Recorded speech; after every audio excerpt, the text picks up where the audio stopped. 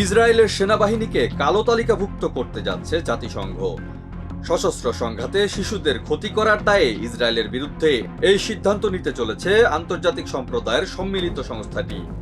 যুদ্ধনীতি ভেঙে যেসব দেশ শিশুদের ওপর চড়াও হয়েছে সেসব দেশকে নিয়ে এই তালিকা করেছে জাতিসংঘ। এতে ভীষণ রেগেছে ইসরায়েল।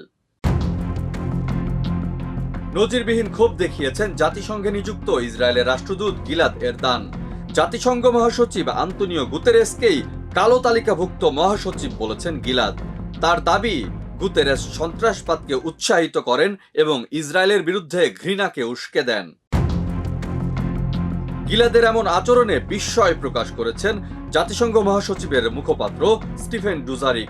তিনি বলেন, তার 24 বছরের চাকরি জীবনে কোনো কূটনীতিককে এমন অপেশাদারী আচরণ করতে দেখেননি। তালিকাটি আগামী 14 জুন নিরাপত্তা পরিষদের সভায় উপস্থাপন করা হবে।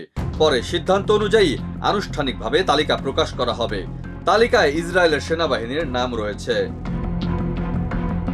ডুজারিক বলেন, এ তথ্য জানাতে কাজের অংশ হিসেবে তাদের একজন কর্মকর্তা গিলাদকে ফোন করেন। অথচ ইসরায়েলি দূত গিলাদ ওই ফোন কলের কথোপকথনের ভিডিও প্রকাশ করেন এবং অংশবিশেষ এক্সে প্রকাশ করেন। গাজায় গত বছরের 7 অক্টোবর থেকে এ পর্যন্ত 36,700 জনের বেশি ফিলিস্তিনি ইসরায়েলি বাহিনীর হামলায় নিহত হয়েছে। এর মধ্যে শিশুই 15,571 জন। ইসরায়েলি ধ্বংসযজ্ঞ এবং ত্রাণ প্রবেশে বাধা দেয়ায় ফিলিস্তিনের প্রতি 10 শিশুর 9 জনই তীব্র খাদ্য সংকটে ভুগছে। টেক্সট রিপোর্ট, দেশ রূপান্তর।